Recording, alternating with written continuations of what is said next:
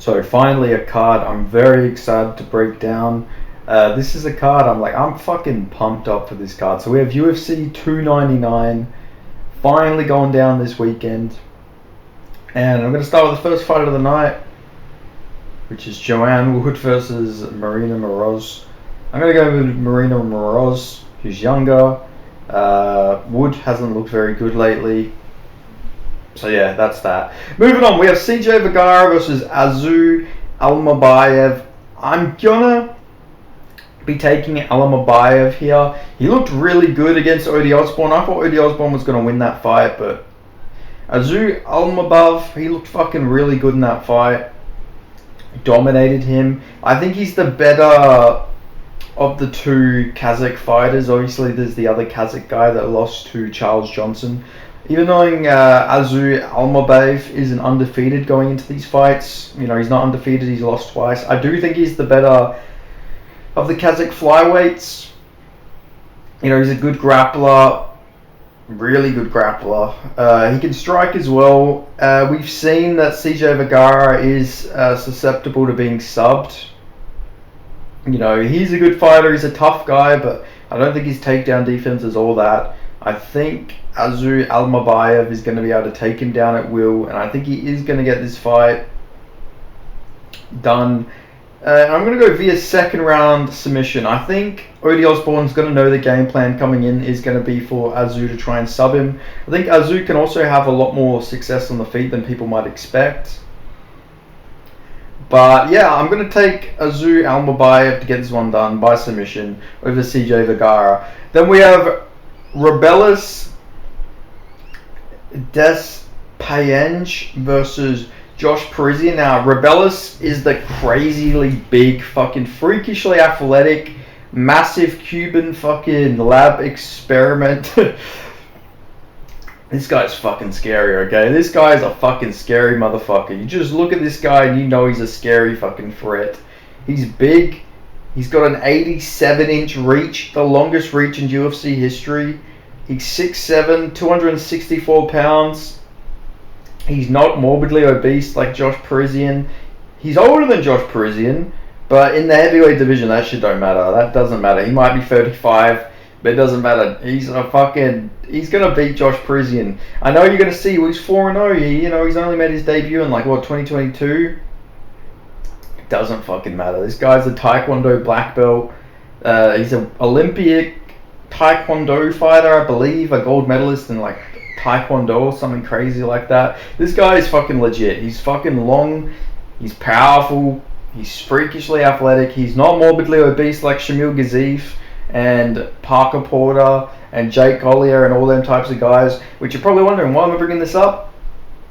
Because if you're not morbidly obese and you're a heavyweight, you have a fucking 98% chance of succeeding unless you're just fucking got no chin. And maybe Rebelis doesn't have a chin, but Josh Parisian's not going to be the guy to go out there and crack it. Josh Parisian, he's just not that good. Got Kimura'd by fucking Martin Buday. Lost to Jamal Pogues. Beat Alan Boudet, but he was fucking getting tagged up in that fight for a bit. He got humped by Dontel Mays. Literally fucking humped. In crucifix position, he had fucking Dontel Mays' fucking crotch and cock and balls, flopping in his face. I'm not even joking. You guys probably seen that clip where that guy's getting humped. That's Josh Parisian's face getting humped. And then he also lost to Parker Porter. And he robbed Rook Martinez. Rebelis is going to absolutely win this fight. I know he's not proven when you look at it, but he's just freakishly athletic. That's good enough in the heavyweight division to go in there and succeed. And Josh Parisian, we've seen him lose multiple times. I know, he did get TK'd, but he hasn't really been KO'd many times. Most of his losses are via submissions or ground and pound. But, he got KO'd by Tony Lopez. He got KO'd by Michel Batista on The Ultimate Fighter. And we've just seen he's not really a high-level technical guy. He is just morbidly obese, which is the majority of heavyweights, but Rebelis isn't one of those heavyweights. Then we have Felipe Lins versus Ion Cutelaba. This is a really interesting fight. It's been scheduled a few times now. I know Felipe Lins is on a bit of a run at the moment. He beat Marcin Prachnio in a close fight. He ran through Ovince St. Preux, and then he also beat Maxim Grishin. But I still don't rate him very highly, if I'm going to be honest. I just don't really rate the guy. I can't lie. He got KO'd by Tanner Boser. He's been KO'd multiple times, and I know Ion Cutelaba is very hit and miss.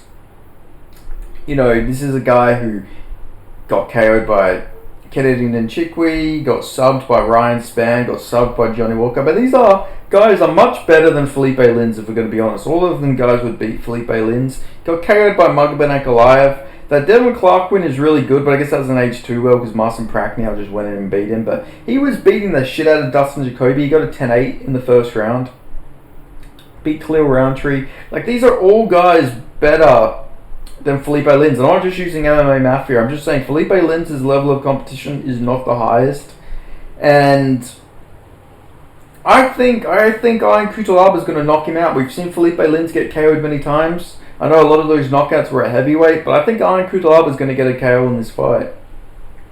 So yeah, I'm going to go Ion Cutelaba. He looked pretty good against Tanner Boser. I know Tanner Boser is not the highest level guy either, but yeah, I'm going to go Ion Cutelaba here. I mean, the fact that Felipe Lins got KO'd by Tanner Boser is like crazy, because Tanner Boser is not really like the biggest KO for it. He's more of a point type fighter. So, you know, I'm just saying, I'm going to go with Ion Cutelaba. Then we have Michelle Pereira versus Michelle Olachechik. I'm taking Michelle Olachechik here. I think he's actually an underdog in this matchup. Let me check. It's near even, so Michelle Pereira is a slight favourite. But I think Michelle Olachechik's going to win this. I think this is a really bad matchup from Michelle Pereira. I think you give Michelle Pereira somebody who's going to be moving forward the whole time, hitting you in the body with more power than anyone you've probably fought before. You know, Michelle Olachechik, he doesn't fuck off. He's constantly in your face that whole fight. He will not fuck off the whole time. You can kick him in the head like Chidi Nchikwi did, and he's still going to be moving forward. He's going to be throwing big bombs. He's always going to be there, and I think he's just going to be moving forward the whole time on Michelle Pereira, and I think he's going to get him out of there. I think he's going to break Michelle Pereira by the second round. Body shot TKO. I'm fucking predicting it, man. I think this is going to happen. I'm a big Michelle Olachechik enjoyer, and I mean I like Michelle Pereira as well. I just don't think this is a good matchup for Pereira, if I'm being honest. So yeah, I'm taking Michelle Olachechik here by second round TKO due to body shot. Maybe goes up top. Maybe you know when like you sort of see someone like crumble to a body shot and then they just get a few ground and pound shots. I'm seeing someone like that in my mind. Then moving on, we have Pedro Munoz versus Kyler Phillips, the Matrix. Who's everyone going with? Everyone's going with Phillips here. This is a hard one to predict. I'm going to take Kyler Phillips though. I actually think Kyler Phillips is going to win this fight. He's really fucking good. Kyler Phillips is good. This guy beat Song Yadong. I predicted him to beat Song Yadong. I didn't have a channel at the time, but I do have a tweet about it. I predicted him to beat Song Yadong. Pedro Munoz, he's not really that great. He's just durable, if we're going to be honest. Like, that's literally all he's got going for him, is he's just insanely durable. And I think Kyler Phillips is just a much better striker than Pedro Munoz. I think this is going to be a striking fight. Pedro Munoz's takedowns aren't that great. So I'm going to go Kyler Phillips by decision in this matchup over Pedro Munoz. Then we have Mateus Gamrot versus Rafael dos Anjos. I'm going with Mateus Gamrot. He's a nightmare matchup for dos Anjos, I feel like. He's just a constant chain wrestler who's just going to be shooting takedown after takedown. And we've seen it in Rafael dos Anjos' career, especially as of late. He doesn't do his best work against wrestlers. Even Vicente Luque went out and grapple fucked him. And, you know, Luque isn't even like a crazy good wrestler. I mean, he is a lot bigger. This is down a weight class. But I think Mateus Gamrot's going to win this. I think it's a good matchup for him.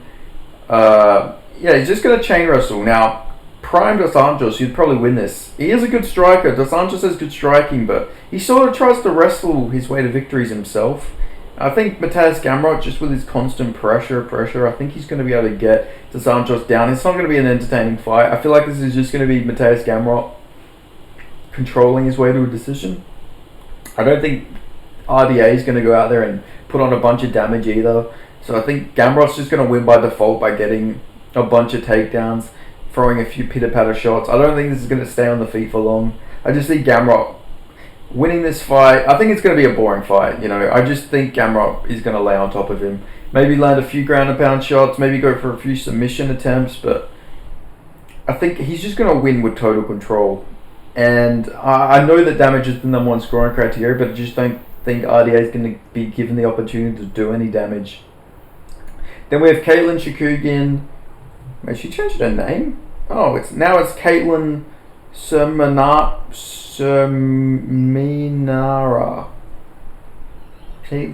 I'm just going to call her Chookagian. So Caitlin Chookagian fighting Macy Barber. I'm going to go with Macy Barber. Now I know she did lose to Roxanne Modafferi, but that was because she tore a knee or whatever it was. And then losing to Alexa Grasso has aged really well because Grasso, went on to beat fucking Valentina Shevchenko, so you can't really use that loss against her. Chookagian hasn't fought for like 2 years. Last losing to Manon Fiorot. She got KO'd by Jessica Andrade. She got beaten up by Valentina Shevchenko. She lost to Jessica Alright, I think Macy Barber's gonna win this fight. I just think she's better. She's younger. She's looking in form. She's looking really good lately, so I'm gonna take her to win this fight. Then we have Curtis Blades versus Jailton Almeida, and I'm really confused about the betting odds. Not the betting odds, the Tapology votes though. Everyone's picking Almeida, and I don't understand how anyone can pick Almeida in this fight. Like, yeah, he can win, but I don't know why overwhelmingly people are picking him, I should say. Like, I just think Curtis Blades is too fucking big and he's got takedown defense. He's an actual wrestler. He's somebody who can actually stuff takedowns. He's powerful. He's a better striker. I think he's going to KO Jailton Almeida. Okay, that's my pick. I think Curtis Blades is going to KO Jailton Almeida. I don't think Almeida should be at heavyweight anymore. I don't think this is playing out for him. Unless he's put on some weight, maybe. But he's too fucking small. He's going in there at 236. And you're going to be fighting... What's Curtis Blades probably? He's like 280 probably. Like, he definitely cuts to the weight. Like, he's big, and he's been out for a while. He's let his chin rest after that Sergey Pavlovich fight. I don't think Almeida's going to be able to go out there and KO him on the feet. Blades has an 80-inch reach.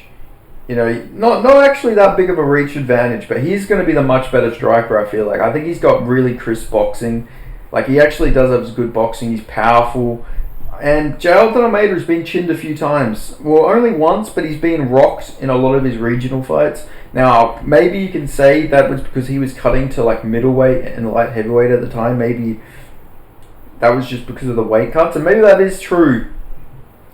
But I just see I think Curtis Blades is, you can't really take big shots at heavyweight, and I don't think Almeida's going to be able to take those big bombs constantly from Curtis Blades. So I am going to take Curtis Blades to get this one done by KO. Then we have Peter Yan versus Yadong Song, also known as Song Yadong. I'm going Peter Yan here. I think this is a good matchup for him. I really do. Now, 3-rounder, it does hurt Peter Yan, obviously, because he does take his time to build into fights. But Song Yadong can be figured out, sort of not easily. He is just a big, powerful puncher. But he has been figured out by Carla Phillips and Corey Sandhagen. He's got really good takedown defense though. But I think with Peter Yan mixing things up as he does, I think he can mix in his striking. I think he can use his grappling. Not to go in there and wrestle fuck Yadong, but I think he can mix up good opportunities here to take down Peter Yan. Use it to build up good strikes. Like, I feel like he can throw in the takedown threat, and that will help him utilize some good striking offense on the feet. I do think this is just a good matchup for him. I think Song Yadong is really fucking good. I think Song Yadong can give like the Umars and the Marabs problems, but the best matchups for Song Yadong is when he is fighting the grapplers, the wrestlers. They're his best matchups. When he fights actual proper strikers, like he does seem to struggle a little bit. Now Chris Gutierrez is an exception because Chris Gutierrez just isn't that good in my opinion. But these other guys he's fighting, those are different. Those are completely different matchups for him. Corey Sandhagen, he gave him some problems. Like I said, Kyler Phillips gave him some problems. And then Cheeto Vera gave him some problems. Most people argue Cheeto won that fight. It was very close. Like, this is what I'm like talking about. Like, strikers give Yadong a lot more problems than the wrestlers. Wrestlers are always going to be as good matchups. But I think Peter Yan can put together his striking in this fight. I don't think Song Yadong's going to be shooting on him. And if it's just a pure striking fight, I'm going to be taking Peter Yan here. And Peter Yan's got great takedown defense anyway. But yeah, I'm going with Peter Yan. I'm pretty confident Peter Yan's going to turn his losing streak around. Then we have Gilbert Burns versus Jack Della Maddalena. Now, who am I going with? I'm not quite sure yet who I'm going with in this fight. I'm not sure. No biased or anything on who I'm going with. But I am taking Jack Della Maddalena in this fight over Gilbert Burns. I think it's a really good matchup for Jack Della Maddalena. Now, people are going to say Basil Hafez.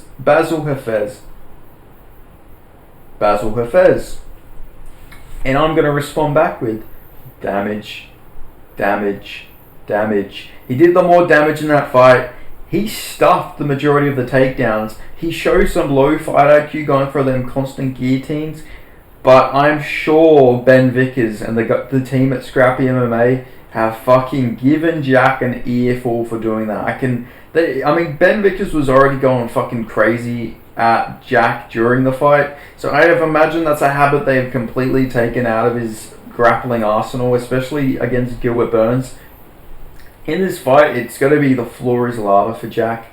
He does not want to touch the ground against Gilbert Burns. Gilbert Burns is going to go in there. He's going to try and wet blanket him. I think that is what he's going to do. But I think Jack's takedown defense is underrated, man.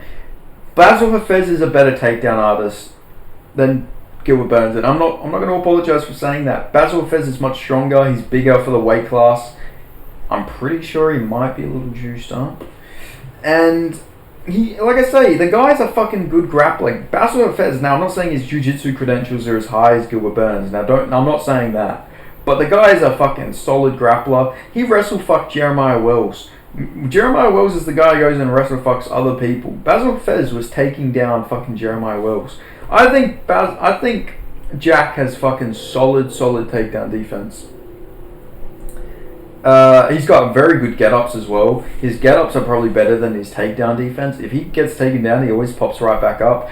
This is a fight. I think this might be the first time in Jack's UFC career, I think, like, that he's had like a significant reach advantage. I mean, this is only 2 inches, but that is big compared to every other fight Jack's had. I think the only time he had a reach advantage was against Hafez, and that was only a 1-inch reach advantage. And then he was fighting like 76-inch reach Ameev, 81-inch reach Kevin Holland, 79-inch reach Randy Brown, 75-inch reach or 74-inch reach Danny Roberts. So it's all of the people he's fought have been guys with reach advantages, and he still beat them pretty soundly.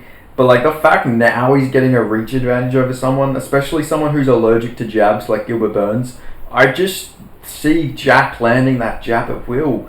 Like, yeah, Gilbert's going to be shooting in constant. I've seen people saying Jack needs to wrestle in this fight. That's fucking one of the stupidest things I've ever heard in my life. Jack is going to stuff takedowns.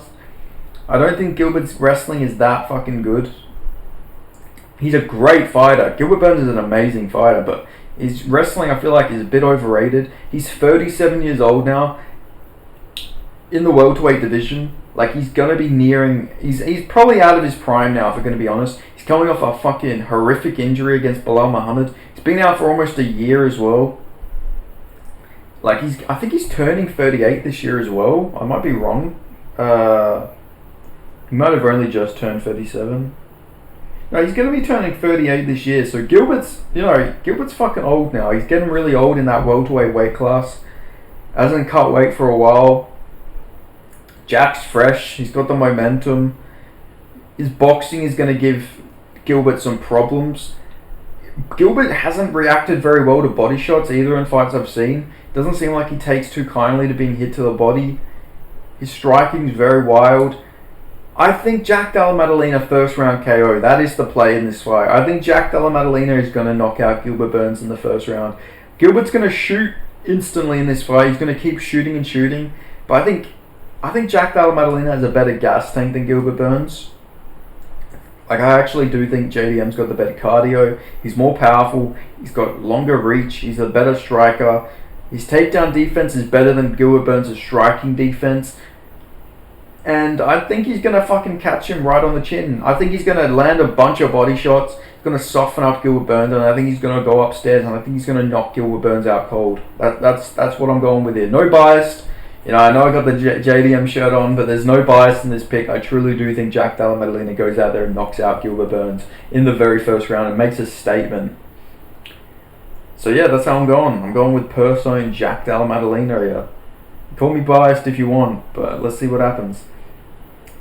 Then we got Kevin Olin versus Michael Venom Page. Michael Venom Page finally making his debut, but I think it's a bit too late. He's 36 years old.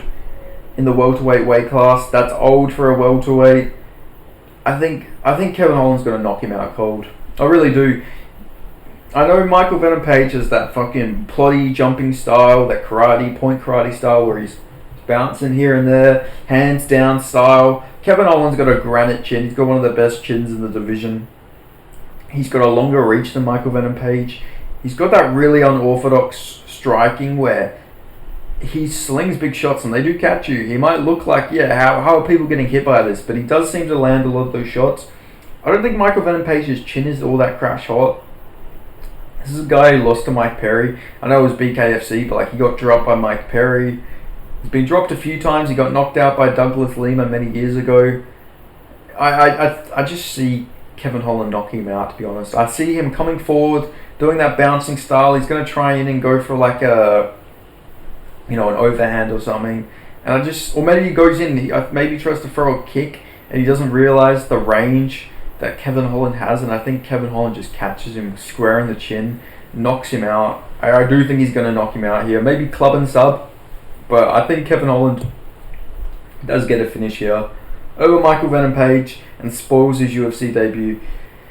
Now we got Dustin Poirier versus Benoit Saint-Denis. Now, before all the Benoit Saint-Denis fans come threatening to fucking kill me, beat me with baguettes, and fucking threaten to put me in the fucking guillotine and fucking have my head chopped off, I want Benoit Saint-Denis to win this fight. I really do want Benoit Saint-Denis to win. He's a breath of fresh air. He's a really good fighter. I love watching this guy fight. But I think Dustin Poirier is going to beat him, man. I really do. I think Dustin Poirier has the style to beat Benoit Saint-Denis. 5-rounder as well. Benoit Saint-Denis, man, I know he's on a good streak, and I know you can't always use people's past fights against them, but that beating he took against Alessi Zaleski dos Santos is always going to be in my mind. He was against the fence getting boxed up by Alessi. Now, I know it's up a weight class, and Zaleski was on roids. He did pop right after that, so he was probably roided up. And even now, he's still a good fighter off the roids. So on the roids, he's like a mythical fucking being. But I can just see Dustin Poirier beating him up against the fence. Now, maybe Benoit Saint-Denis can grapple in this fight. Since getting hip surgery, Poirier's takedown defense has looked worse and worse. But I just see eventually, I see Dustin Poirier landing an onslaught against Benoit Saint-Denis against the fence. Maybe it doesn't happen. Maybe I'm wrong completely on this. But I just picture it. The calf kick is going to be big here. I think Dustin's going to be throwing a lot of kicks. Now, Benoit Saint-Denis has a very wild style as well. He's going to be running forward, throwing body kick after body kick. And maybe he can break Dustin, but Dustin's like fucking unbreakable in there. Benoit Saint-Denis wins this though. This fucking that would be so good for the division. So I hope somehow Benoit Saint-Denis can get this one done. But I think Dustin Poirier is just going to TKO him against the fence. I don't think he's going to knock him out cold, but I just see Benoit being so tough, but like taking like 30, 40 unanswered shots against the fence. Just like combo after combo. Sort of like a Dustin Poirier, Justin Gaethje 1 type finish. I sort of see that, where he's just beating the shit out of him against the fence. So yeah, that's how I'm going for that fight. I'm taking Dustin Poirier.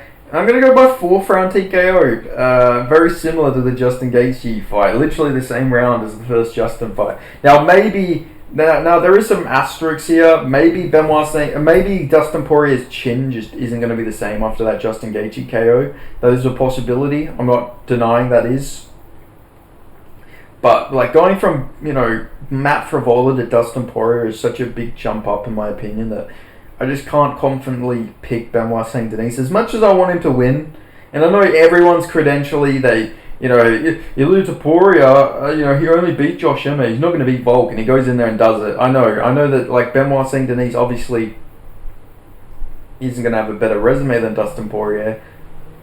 But, like, I don't know. I feel like this is a really big jump up really soon. So I'm going to take Dustin Poirier here. But if Benoit Saint-Denis gets it done, I'm not going to be upset. I'm going to be happy. You know, we need fresh blood in that lightweight division, so I'm not going to be upset. But yeah, I'm taking Dustin Poirier here. Then we have Sugar Sean O'Malley versus Marlon Vera. Sean O'Malley, the man I predicted to knock out Aljamain Sterling. I got called a clown for it. I got fucking mocked in the comments for it. It's probably one of my greatest takes, and I bring it up every time. I picked Sean O'Malley when no one else did. And, you know, fucking thank God for it, right? But, looking at this fight, I'm taking Sean O'Malley again here. I'm going by decision, though. I just think Marlon Vera's chin is uncrackable. Just seems like no man can fucking crack that chin of Marlon Vera. He can eat shot after shot and won't even fucking bleed. And I don't know fucking how it works. Like, I don't understand the logistics behind Chito Vera's chin. Maybe it's an Ecuadorian thing or something. Maybe they just all got granite chins. But Marlon Vera's got the thickest fucking skin in the UFC because this guy never bleeds.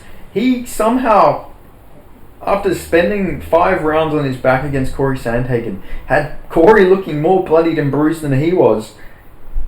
I don't even know how that's possible. I really don't. His skin is just so strong. His chin is so granite. But I think Sean O'Malley's just going to beat him up for 5 rounds. Now, we actually haven't seen Sean O'Malley go 5 rounds. So maybe, you know, there's some cardio issues there or something like that. But I think Sean O'Malley can wrestle in this fight. Chito Vera's got some of the worst takedown defense in the UFC, in my opinion. He gets taken down by everyone who shoots on him. I think Sean O'Malley can shoot on Chito Vera and hold him down. I really do. Now, maybe he doesn't take that approach. Maybe he does. Maybe he gasses out and it's too late. Maybe Chito Vera catches him or something like that. Like, if Sean O'Malley loses to Marlon Vera again, like, that's fucking rough for him. Like, he didn't have to take this fight. He pretty much creates a whole legacy for Marlon Vera in this fight if Sean O'Malley loses, because he didn't have to get this fight. Marlon Vera becomes champion after losing to Corey Sandhagen, like, and beating Pedro Munoz in a like highly contested fight. Like, it is crazy if this does turn out to go that way, because like Sean O'Malley's literally just given Marlon Vera fucking his name will always be in the history books because of Sean O'Malley if he wins this. But like I say, you know, Marlon Vera doesn't have much to lose in this fight, so maybe Marlon Vera just comes out reckless abandonment, just tries to KO Sean O'Malley early, but Marlon Vera has always been a very slow starter. Like, he always just starts very slow. And who knows, maybe he just goes in there chin first, just going at Sean O'Malley the whole time and KOs him. But, you know, or maybe that's how, maybe Marlon Vera goes reckless abandonment and Sean O'Malley cracks his chin, but I think it's going to be a pretty tentative fight here. I don't think this is going to be a crazy good fight.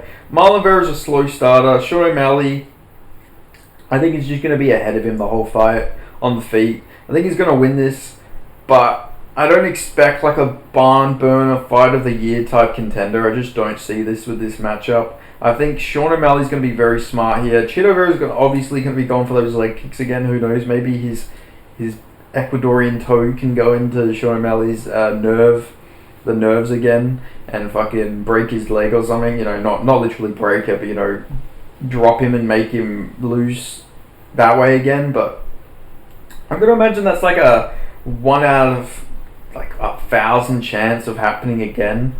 So yeah, I think Sean O'Malley just beats him up on the feet, and then maybe wrestles like the third round. He starts introducing some takedowns, just fighting a very smart fight here. Maybe goes for submissions. That's probably a way you want to go against Chito Vera. Maybe try and get some maybe he tries to get a finish here via submissions, but you know that Chito Vera has never been finished before. I don't think he's gonna get finished here either. Like I say, durable, and he's just not gonna want to get finished by Sean O'Malley. But yeah, so yeah, I'm going Sean O'Malley, 49-46 decision. I think Chito Vera is gonna steal one of the rounds. I think this will be somewhat competitive, but I think Sean O'Malley will just be ahead of him early, and then maybe in the 5th round, Chito Vera starts to rally back. Maybe there's like a scary call at the end where it's like, oh shit, he's coming, and then yeah, he just doesn't capitalize on it or something like that. But anyway, yeah, I'm going with Sean O'Malley. But I'm looking forward to this card. This is actually generally an exciting card, one of the best cards of the year. Oh my god, it makes me so happy. No, I don't have to break down an Apex card, thank fuck. Like, this is actually like an exciting card. But yeah, those are all my picks. Let me know your picks in the comment section below. Who are you guys picking for all these UFC 299 fights? And I'll see you guys next time. If this is your first time watching one of my videos, make sure you like this video, subscribe to me. I do interviews, I do breakdowns of cards, breakdowns of fights, I do live fight companions. I also just give my thoughts and views on topics as well. Just all combat sports related stuff as well. So yeah, make sure you guys subscribe to me if you ain't already. And I'll see you guys next time. And share this video too while you're at it. Appreciate it. Thank you guys so much for watching. I'll see you guys next time. Cheers.